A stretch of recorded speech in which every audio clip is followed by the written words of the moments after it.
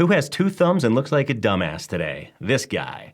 One of the things I talked about in yesterday's episode was that a primary difference between doing your vlogging on, say, a smartphone or a tablet or even a GoPro versus a professional DSLR or a higher-end video camera is that with the mobile devices, you can't get enough of that background blur effect because the sensor sizes are so small.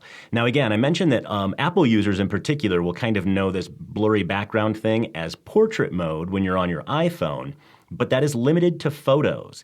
So until now, there really hasn't been a good way on these devices to get that blurry background. But about 3 hours after posting yesterday's video, came across something that allows you to do exactly that. A brand new thing, so stick with me, I'm gonna mention it in a sec. All right, so first of all, take a look at this background. What do you think?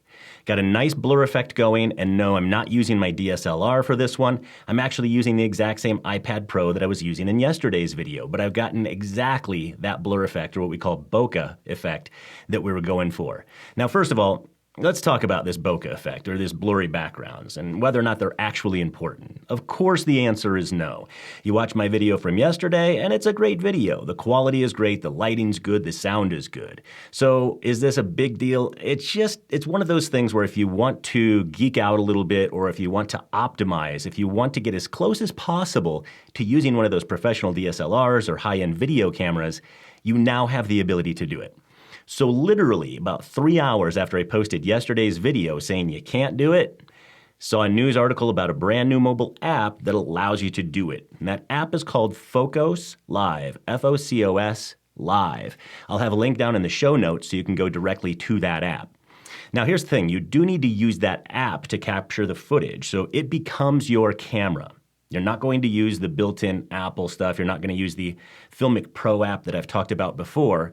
The only way that it will support that blurry background effect is if you use this particular app to record your video, and you have to use the dual camera setup. So on my iPad Pro, that means it's the front-facing camera, and on an iPhone, that's going to be the back camera.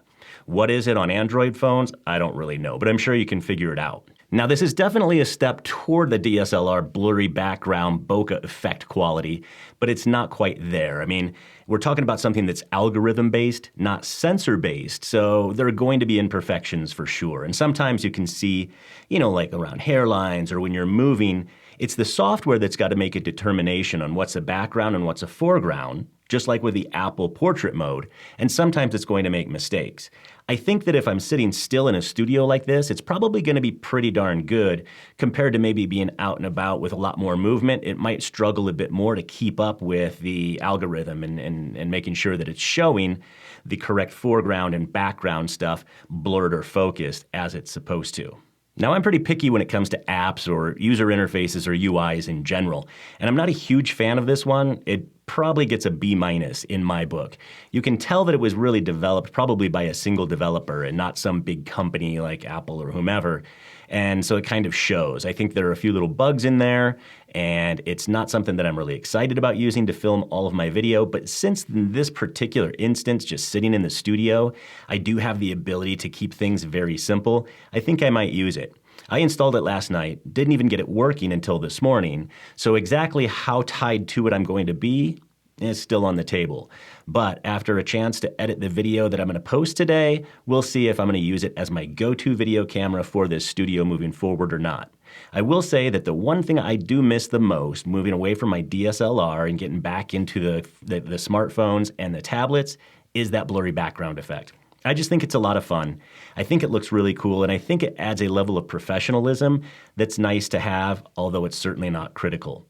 So give it a try. Let me know your thoughts. I'd love to know if you're having any luck with it, and I'd love to see some of your footage, so be sure to send some my way. So thanks for stopping by today. Remember to subscribe to the YouTube channel if you haven't already. That's the red button down below. And then hit the notifications bell so you get instant notifications when I post new content. And please like this video if you liked the content. Thanks a lot.